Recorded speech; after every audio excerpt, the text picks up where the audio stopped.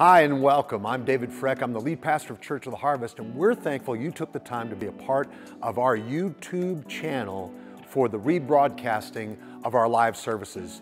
You're taking the time to watch a sermon, whether it's sometime in the morning, in the middle of your day, if it's an off day, not Sunday. We're just excited you took the time to continue your growth in your relationship with Jesus Christ. We believe the sermon's going to inspire you. We believe it's going to give you practical things that you can apply to your life that are going to make a difference as you move through your life. So I want to encourage you to do something. Would you take the time while you're watching this broadcast, and would you just connect with us? Just let us know. There's all kinds of ways that's down in the description below, and that you can connect to us through our website, app, many other ways.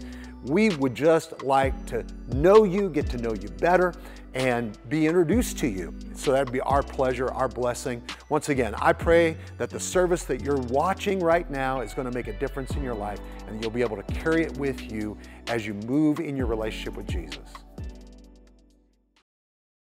Grab your Bibles. We're going to continue on our road to resurrection. Last week we talked about how it all began. We're going to talk about how the journey began at the resurrection of Lazarus of Bethany.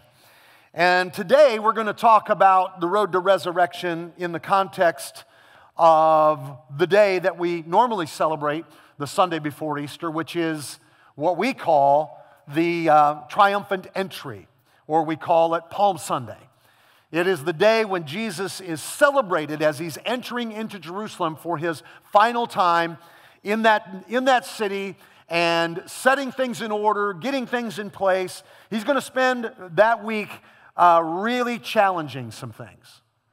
He's actually going to be fanning the flames of the enemy's desire to put him on the cross. And so we're going to talk today specifically about when the cheering stopped. So let's go to Luke chapter 19. We're just going to read a good portion of this story, and I pray that God will give us wisdom today. And when he had said these things, he went on ahead, going up to Jerusalem. When he drew near to Bethpage and Bethany at the mount that is called Olivet, he sent two of the disciples, saying, "Go into the village in front of you, where on entering you will find a colt tied, on which no one has ever sat. Untie it and bring it here." Now, we could think about it in modern context. You could say, "Hey, I want you to go into Kansas City. I want you to find a Mustang that nobody's ever driven. Just hotwire it." Hang in there with me. If anybody asks you, "What are you doing?" just say, "The Lord needs it." Gives you some context, doesn't it? You just said the Lord. I'm picturing it in my mind. Cell phones, videos. So those who were sent away and found it just as he had told them. So they were untying the colt. Its owner said to them, "Why are you untying the colt?" And they said, "The Lord has need of it." And they brought it to Jesus. So apparently it was okay. And we know, according to the other stories that are found in the other Gospels, it was okay. And throwing their cloaks on the colt, they set Jesus on it. And as he rode along, they spread their cloaks. So these are the disciples. One thing I like about Luke's rendering of this story is he really focuses on the disciples' response to Jesus coming to Jerusalem and what the disciples did, not so much the crowd. So the disciples are the ones that initiate this laying down their coats and their cloaks in the path of Jesus as he's coming in. And as he was drawing near, already on the way down the Mountain of Olives, the whole multitude of the disciples began to rejoice and praise God. So now the other disciples, we tend to think of only the disciples as the 12, but it's much more than that. There are hundreds, if not thousands, of disciples of Jesus at this point. And they see him coming down the mountain, and they see the disciples laying down their garments, and they hear the excitement in the voice of the disciples as they're praising God and rejoicing with a loud voice, that they begin to run to this mountain. And it's not far from Old Jerusalem to the Mount of Olives. It's not far. You can literally see it from Old Jerusalem. If you get in the right spot, you can see it. If you're on the Temple Mount, you can see the Mount of Olives. It's very easy. It's maybe a mile or two away at most. And so they see this event, they go rushing, they line the street coming into Jerusalem, and they're praising God with a loud voice for all the mighty works that they had seen. So they're celebrating what he has done, saying, "Blessed is the King who comes in the name of the Lord, peace in heaven and glory in the highest." Now, this proclamation, we know according to Matthew, he says that they begin to declare, "Blessed is he who comes in the name of the Lord," and they're proclaiming the Son of David. Here comes the Son of David, which is the declaration of the Messiah. So there is an open declaration of these multitudes celebrating that Jesus is Messiah. And so the Pharisees in the crowd said, what? They said, "Teacher, rebuke your disciples." They're saying things they shouldn't be saying. They're affirming something that we, as the protectors of the law and those that walk in the prophetic perspective of the times, we don't agree with. You're setting our theology, you're setting our traditions, you're setting our perspective, you're challenging even our authority as the leaders, the spiritual leaders of the nation. You're allowing these people to say things about you and to make proclamations that go against what is the accepted rule. And so there's an expectation that Jesus is going to, "Hey guys, calm down, settle down, let's not go that far, let's not get, let's not get besides ourselves here." But Jesus responds and he says, "I tell you this, if these were signs," speaking of the disciples, "the very stones, the very rocks would cry out." Now I want to stop here for just a minute, and I want to let you know what this word "cry out," because oftentimes this is interpreted, the word "cry out" here is interpreted as celebration or praise, like what's going on around them. But the word "cry out" here means exactly what you think it means. It means grief, just kind of mourning, this heaviness, like crying out under a burden. Because the idea here is this: if humanity doesn't recognize the coming of the Lord, the earth is going to mourn it. The earth is going to grieve it, because according to Romans, we're connected to the redemption. The earth is connected to the redemption of man. And so the earth, the stones are going to heave and grieve and call out to God, because the humanity, the people that he's coming for, don't celebrate who he is in his coming. So that's really what this means. Now let me set the day for you. Let me set the day, the conditions of the day, and let me see if you can find some parallels to today.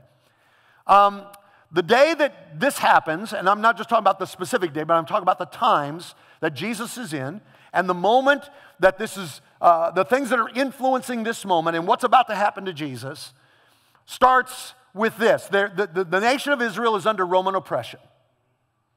There is an enormous heavy tax burden that's being placed on him. In fact, this week, he's going to pay his taxes, and it's going to irritate everybody. There is an abusive spiritual environment. The scribes and the Pharisees and the Sanhedrin are not functioning as a spiritual leadership group. They're functioning as a quasi-political group that uses spiritual manipulation. There is a toxic political atmosphere. It's toxic.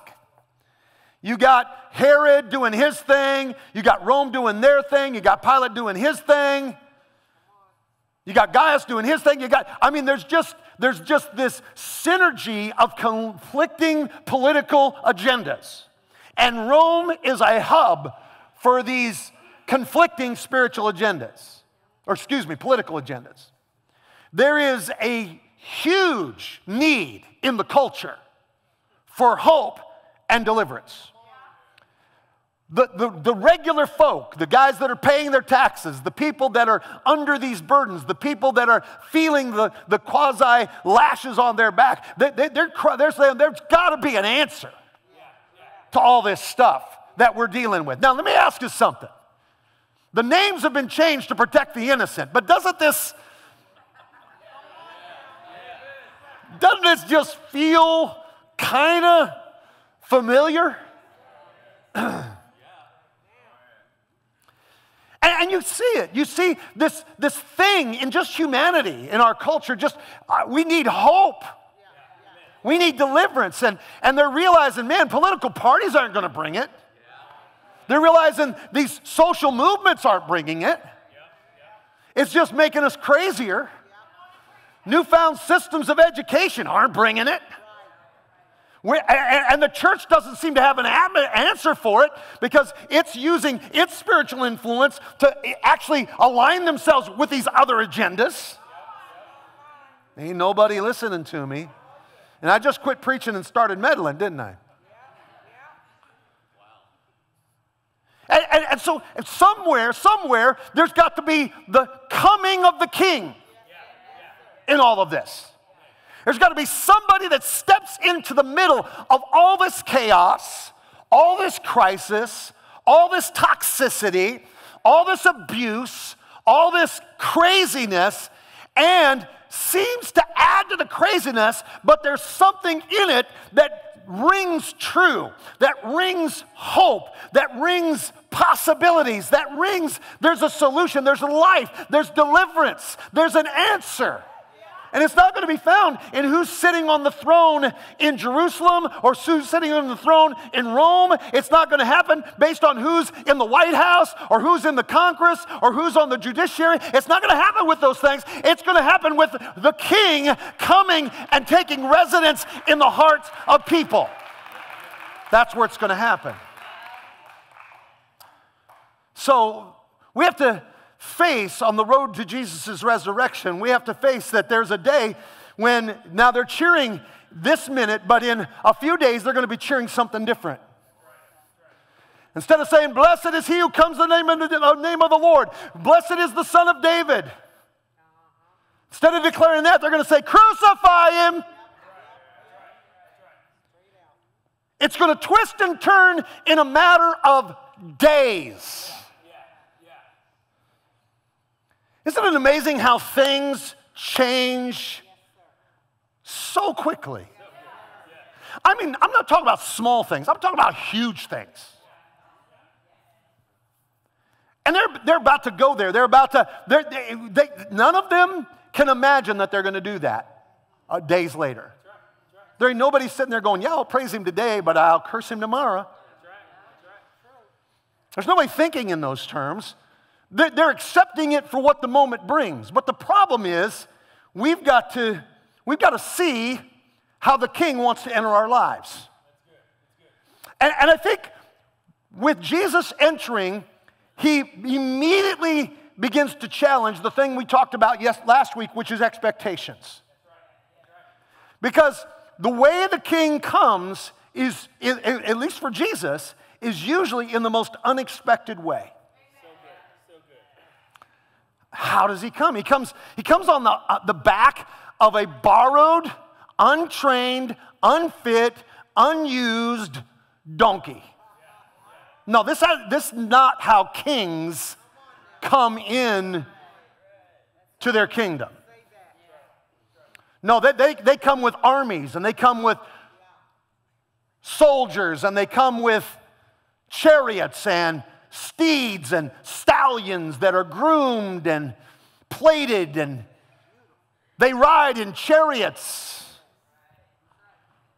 They have heralds going before them proclaiming who they are. Well, Jesus has got heralds, but he hasn't organized them. He hasn't put anything on them. They're not reading out of a contracted piece of paper. No, there's something that's been inspired in their hearts because they know what he's done, and they see him coming into his throne. They see him coming into his kingdom. Now, once again, they believe he's coming to do a political takeover. They believe he's coming to change the culture through natural mechanisms and processes that every other quasi-deliverer, every other person has tried to do. No, Jesus is going to devastate all the expectations.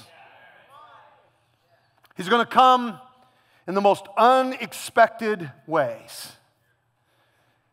He's going to come in humility. Yeah, you see, he's riding, like I said, a donkey. He doesn't have the armies. He doesn't have the monies. He doesn't have the treatises. He doesn't have the heralds. He doesn't have the things that kings have.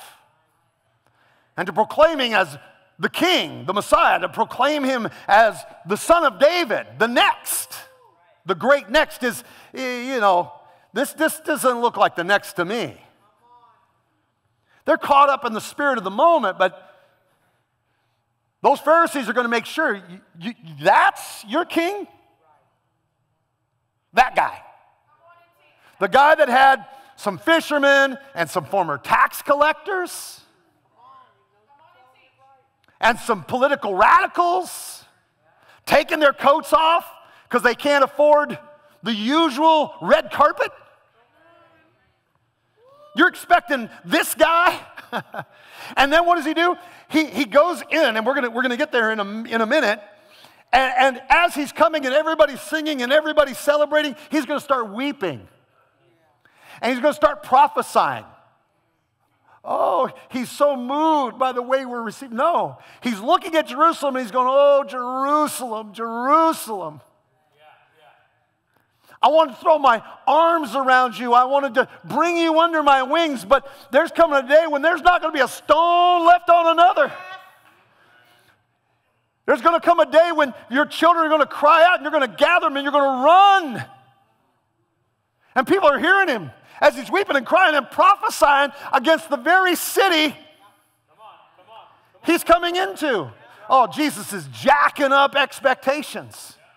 He's not moved by accolade and celebration, especially when it's ill-informed, ill-rooted, and ill-directed. And how many times do we give him our praise, but it's not focused on him? It's not focused on the reality of what he wants to do. It's focused on our expectations of what we want him to do. I'm preaching better than your amens. And he's coming in and he's doing it in humility. He's not only doing it in humility, but he's coming in the power of his reputation. Why are they celebrating? The Bible tells us why they're celebrating. They're celebrating because of what they had seen him do. You see, they're celebrating because they had heard and seen that he had. Remember, Lazarus has just been raised from the dead. And it's highly probable that as he's moving through Bethany, going through Bethpage, going into Bethany, getting to the Mount of Olives, that he probably picked up Lazarus, Mary, and Martha as a part of this company to go into Jerusalem. And they're going, oh, there's Lazarus. Here, there's the man that was dead. And so, remember, they actually want to kill Lazarus too later on. You're going to discover they just don't want to get rid of Jesus. They want to get rid of anything that reminds them of this event that messed everything up. And so his reputation, if he's got the kind of power over death that we just saw displayed down in Bethany, man, he's got the power over Rome. He's got the power over Caesar. He's got the power over our economic problems.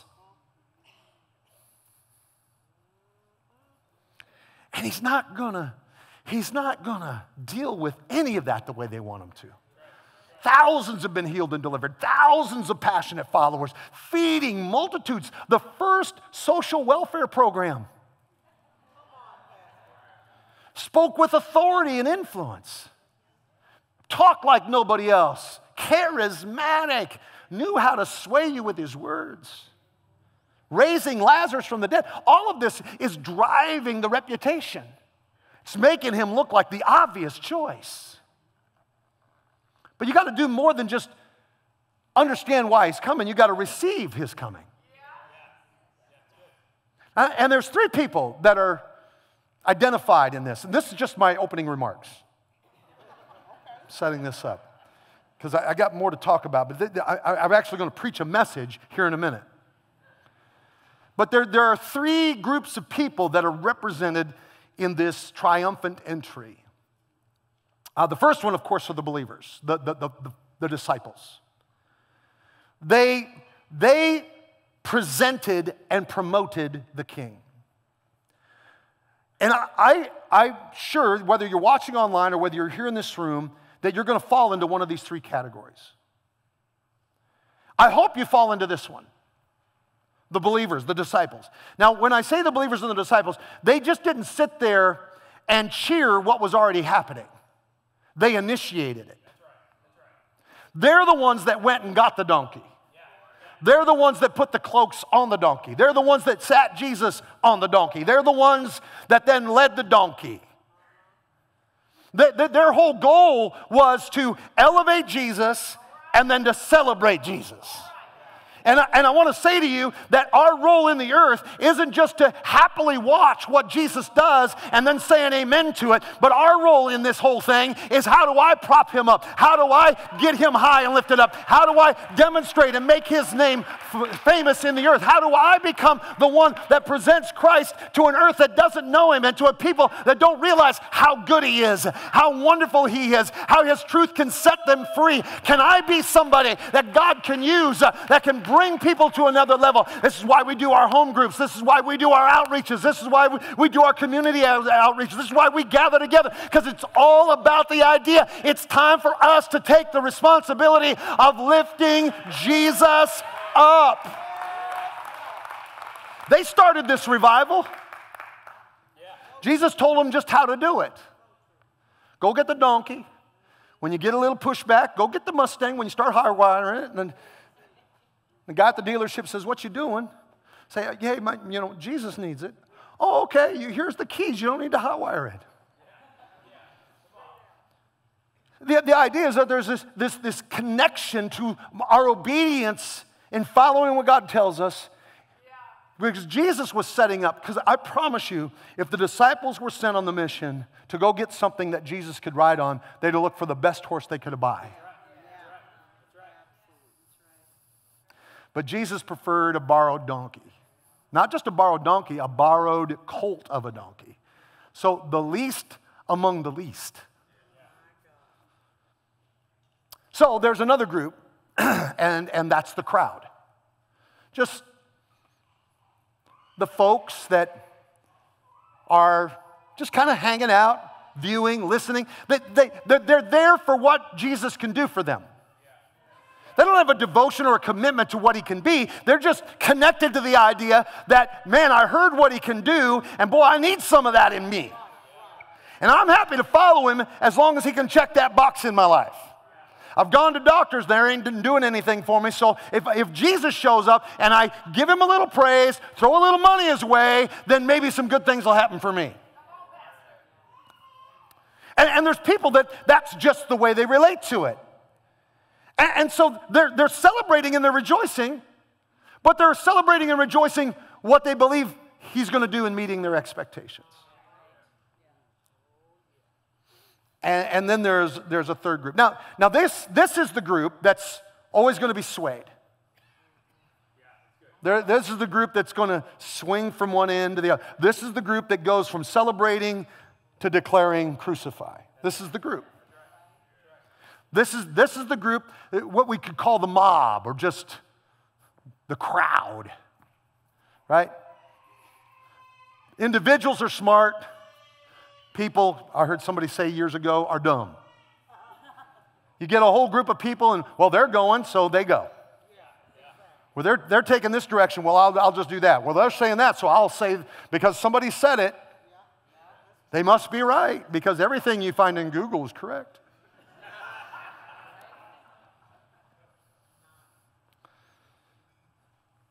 Then there's a final group, and the final group is the resistance. The resistance. These are the religious Pharisees, Sadducees, Sanhedrin. These are the people that feel threatened by this new thing coming into their town. They feel challenged. They feel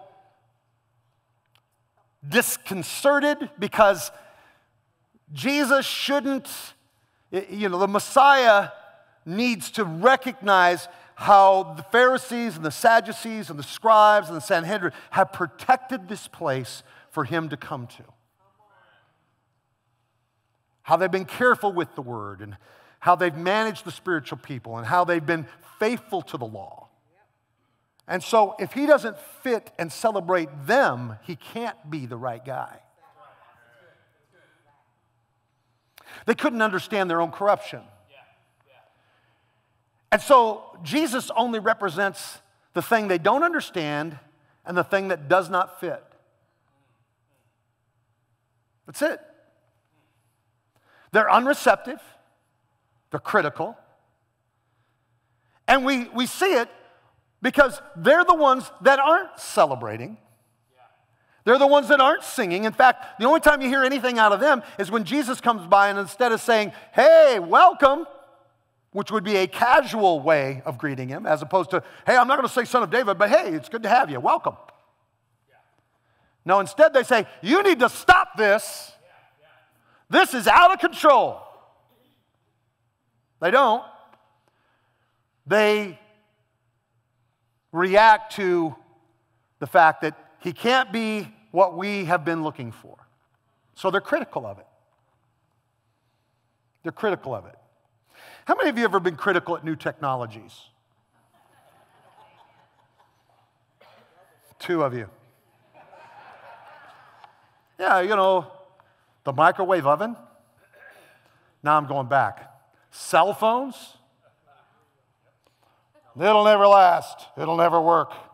How about this? A $5 cup of coffee that you'll wait 20 minutes for.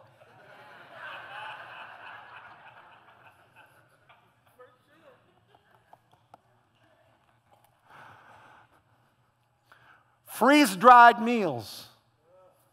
Oh, we could go on and on and on and on. Just the new things that now are common and accepted, but, you know, back in the day, you know what?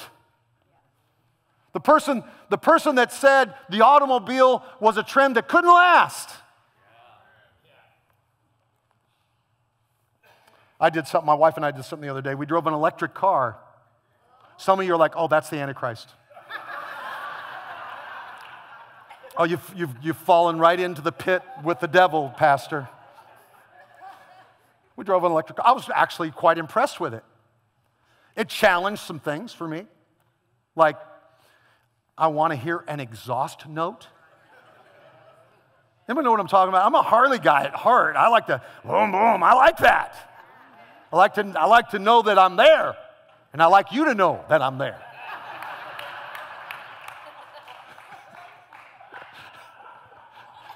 You know, but I have to admit it was impressive. What was my point? Oh, we get critical. And I remember when the electric car first came out. I mean, recently. I remember back in the day when electric cars, they were basically glorified golf carts. They're not that anymore. And yeah, they're going to blow up. And I know some have.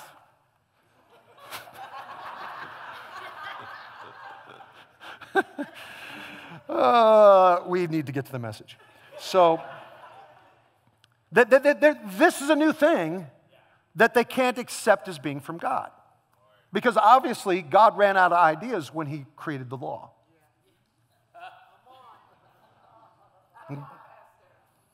God ran out of ideas after Moses died. God ran out of men when David was done. And God doesn't have anything new for the church since the Reformation.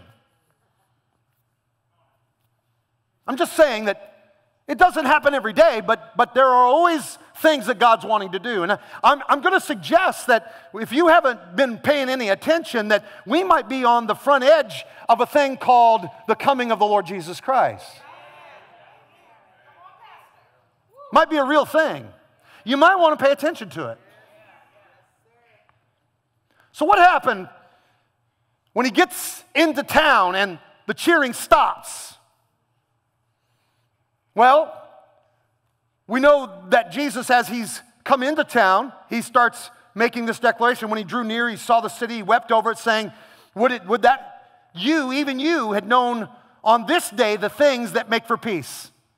On this day, on the day that he's there, this moment when he's entering Jerusalem, he said, he's talking about the whole of Jerusalem. He said, if you'd have just known where real peace is, why? Why does he say it in this way? Because everything about their world has been crafted by the conditions of the day. The political unrest, the spiritual unrest, the economic unrest. And he said, you're looking for peace. And you don't realize it's walking down the street on the back of a little donkey. You just don't get it. But now they're hidden from your eyes. For the days will come when your enemies will set up a barricade around you and surround you and hem you in on every side and tear down to the ground and you and your children within you. And they will not leave one stone upon another in you because you did not know the time of your visitation. See, there's consequences when we don't identify the visitation of Christ in our life. When we think it'll happen another day, I'm telling you, today's the day, now's the time. To assume that salvation can happen tomorrow, or salvation can happen a year from now, or deliverance can happen a month from now, or when it's convenient for me. I'm here to tell you, when Jesus shows up, God's asking you to respond to that. He's asking you to say, what are you going to do with this?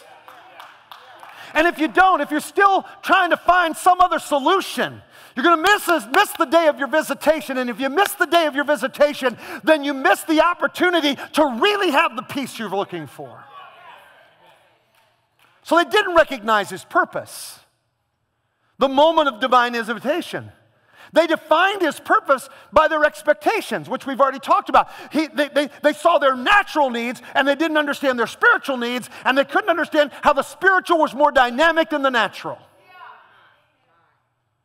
And I'm going to suggest the reason why we are where we are today is because too much of us is focused on the natural. We're reading everything through our natural lenses. What our checkbook says, what Fox News says, what CNN says, what the political environment is, what somebody else said about somebody else's what they said, about what somebody else said they said. And we've not let God build something in us out of this thing called the Word. We're not seeing it in the health and the life that it is for us. I want to challenge you today that there is a defined purpose, and it's found first if you can get it into your spirit. It'll start translating into your natural. If you can find the reality of who Jesus is as the Prince of Peace, then your circumstances will start to demonstrate that. And even if it doesn't matter. Because my peace isn't connected to my circumstances. My peace is connected to God. Come on, he said, I'm giving you my peace. Why? Because in this world you're going to have tribulation. No, folks, we're constantly looking for relief instead of relationship.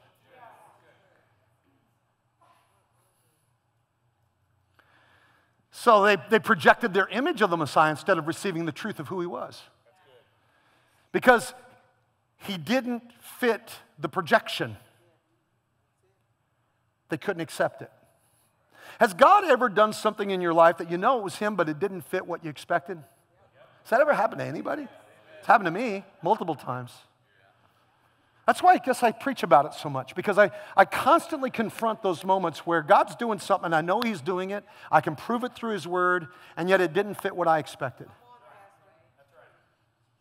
It didn't fit what I had projected. That's why some of y'all ain't married yet. Because you had a projection, and you're looking for the person to come in and fill out the silhouette. You know, like after a death scene, they put this silhouette. You're looking for that. That's why some of you married the wrong person. Oh, I got to move on. I am going to just be in all kinds of trouble because then it's going to open all kinds of other issues. And so they project, and we do it, right? We project our image. I project the image of the perfect man, and if my husband doesn't meet that, and if I project the image of a perfect woman and my husband doesn't, that's why pornography is such a problem.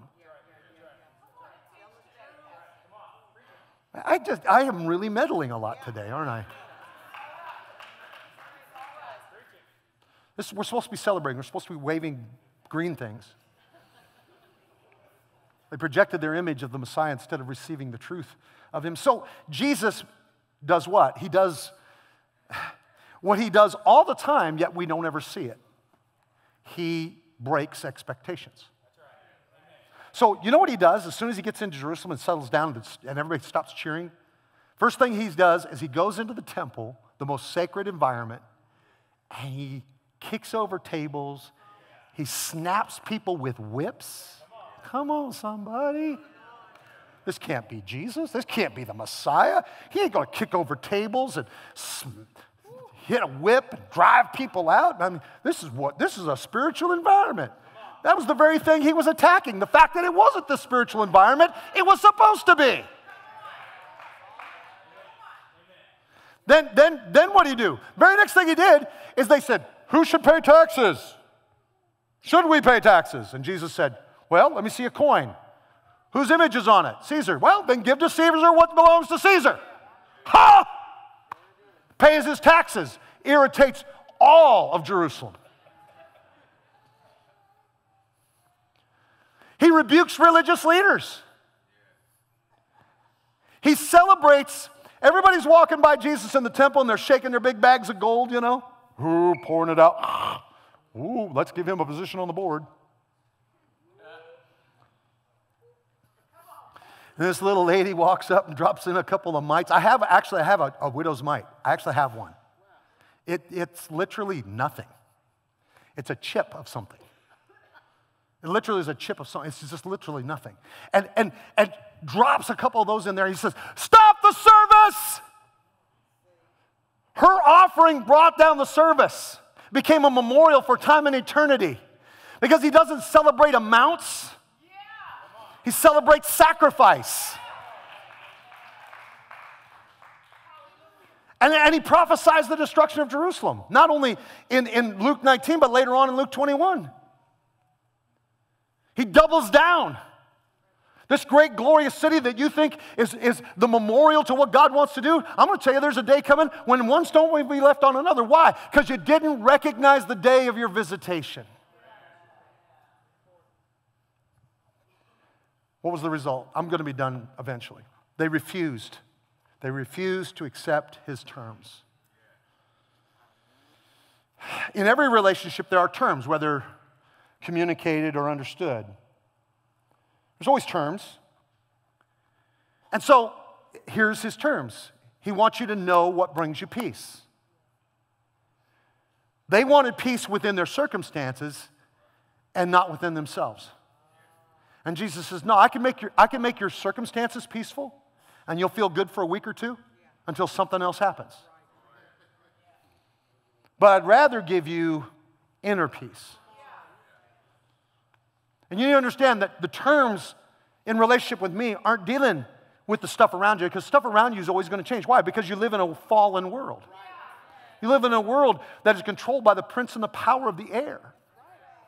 The spirit that works in the sons of disobedience. In other words, we live in a world of chaos. And to expect it to be Valhalla, oh, sorry, that's the wrong religion. To expect it to be this environment of serenity and peace, that we're going to find it through political processes and systems and government entities and nations, specific nations. Listen, I want circumstantial peace like anybody. But folks, that ain't where real peace is. It's subject to the will and desires of men. And as long as men's hearts are dark, circumstances will always be eruptive. And Jesus said, I'm going to do something about that. I'm going to give you my peace. I'm going to put it inside you so you can lay down in a boat in a storm and not be troubled. So that when you come before Sanhedrin and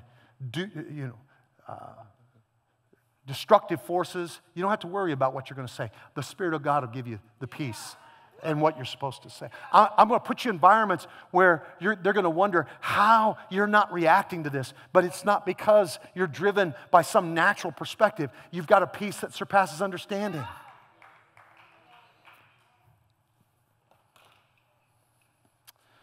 Would that you, even you, had known on this day the things that make for peace.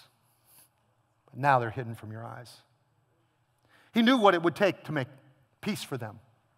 And they just didn't understand. So what would make peace? Here it is, real simple. Accept. Accept what? Accept who Jesus is and who he reveals himself to be, honestly. Because let's be honest, if he doesn't fit our projection, we're not always comfortable. But I'm going to suggest that the terms are, if you're going to have peace, you got to accept who he is, period. What you understand, what you don't understand. What you get, what you don't get. What seems nationalistic and what isn't nationalistic. Who he reveals himself to be. Yeah, amen. Lord, I'm going to accept you for who you are and for who you tell me you are. This is critical. Not only that, but I have to accept something else. You ready? I'm going to be done in a minute. Worship team, I need you. Hurry. It'll comfort the people for another 10 minutes. Not only who he is and who he reveals himself to be, but for me to have the peace that God wants me to have, to receive him as he is, I have to accept, everybody say the word accept. I have to accept that his ways are not mine. What? What? You mean I can't do designer prayers? Well, you can ask. There's nothing wrong with asking. But I'm going to suggest we need to accept that there's going to be times when it isn't going to work out the way you want it to work out. And he's not going to do it the way you want him to do it. That his ways are not our ways. Here's another thing we absolutely have to accept if we're going to have peace. We have to accept our need for him. The realization that I cannot find peace in myself, with my actions, with my efforts, with my processes, and even with my belief systems. I have to understand that my peace is deeply connected to this simple reality. I need him. I need him. I need to accept something else. I need to accept that not accepting him leaves me blind. Oh, that you would know the things that would bring to you peace, right? But you couldn't, therefore you're blind. Wow.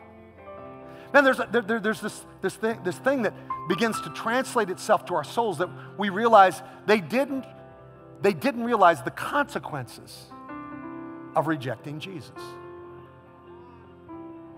They didn't understand there was a consequence for this. And there is. I know it's not popular in our generation. I know it's not popular in common culture. But the Bible talks about the consequence of not accepting the gift of Jesus Christ. It's a simple consequence. It's rejection from God. And that means anything associated and connected to God. Heaven, peace. If heaven's where God is, if I've rejected Jesus, I don't experience connection to the thing that God's connected to. The result is I'm placed in a place of separation. My soul lives on in this eternal torment that has been described as Hades or hell. It's a consequence. And it's a consequence for decisions in relationship to Jesus today. Not whether you paid your bill, whether you bought a Ford over a Chevy, but what you did with the things that really mattered. So today, I want to challenge you that there's a new way to relate to this. I need to understand my decision, and my understanding it is rejecting Jesus invites judgment, and accepting Jesus brings peace.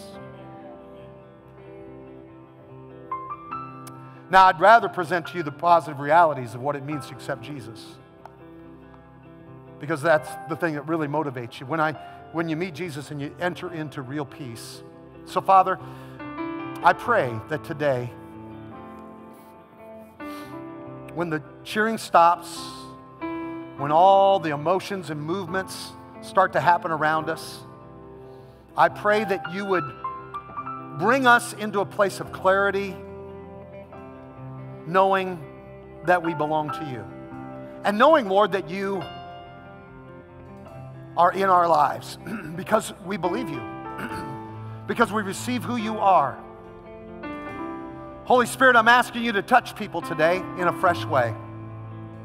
Touch people that might be watching online. Touch people that are in this room. Maybe they've drifted from you. Maybe they've been disillusioned, disappointed. I pray, Lord, that they would come to a living knowledge of you. Lord, I thank you. Thank you for doing that, even as we pray right now. In the mighty and precious name of Jesus. Amen. If you're here and that's you, or if you're watching online and that's you, you're disconnected from God, and you know you are. Can I challenge you to make a decision to accept Him and thus receive His peace? The peace of knowing you have no barriers between you and God anymore because He's removed your sin by His grace and His love for you. If you need somebody to pray with you about that, we're going to be standing up here, our ministry team. So would you stand, everyone in the room? God bless you. We're going to take a few minutes and we're just going to worship Jesus. Next Sunday is going to be awesome. We're really going to celebrate resurrection. And I pray that there's fresh life that comes into your heart, your spirit today as a result. So if you're ready to make a decision for Jesus, maybe you want to come back to Him, would you come and just speak with anybody standing up here? If you're online and that's you, just let them know. They'll be glad to talk about it, go to a private prayer place, pray with you. You can give, you can do communion, you can do those things as a part of your worship right now. But would you do something that I think is meaningful? I know this is the day that we celebrate the receiving of the King into Jerusalem, but would you do something that celebrates the receiving of the King in your life today by just simply lifting your hands and your voices and just thanking God for His love for you, for His coming into your life? Would you celebrate that today? Let's do this together in Jesus' name.